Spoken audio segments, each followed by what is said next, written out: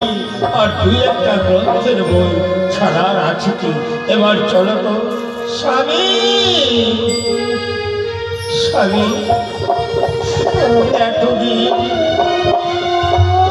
এই তাল পাতার কুড়ি ঘরের মন্দিরে যেই গোবিন্দের চরণে পুজো করেছিলে স্বামী, সেই গোবিন্দকে ফেলে যাবে। আমরা যাবার পশ্চাতে গোবিন্দর সেবাকে দিবে স্বামী। একবারে ভেবে দেখেছ?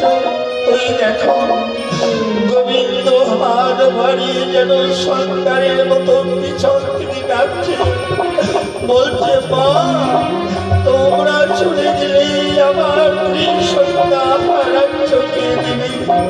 তাই বলছি স্বামী, আমার গোবিন্দকে নিয়ে চলো। বলে এই পাথরের মধ্যে নিয়ে যাব রাজবাড়িতে, রাজাকে অপমান করার জন্য? রাজপ্রাসাদে রয়েছে কষ্টি পাথরের মধ্যে। আরে ছাড়ো তো, যেই গোবিন্দ সেই মাধব। ওখানে যদি মাধবের পুজো দিতে পারি গোবিন্দ খুশি হবে। তিনি ত্রিধামের মালিক। এসো এসো আমার সাথে এসো।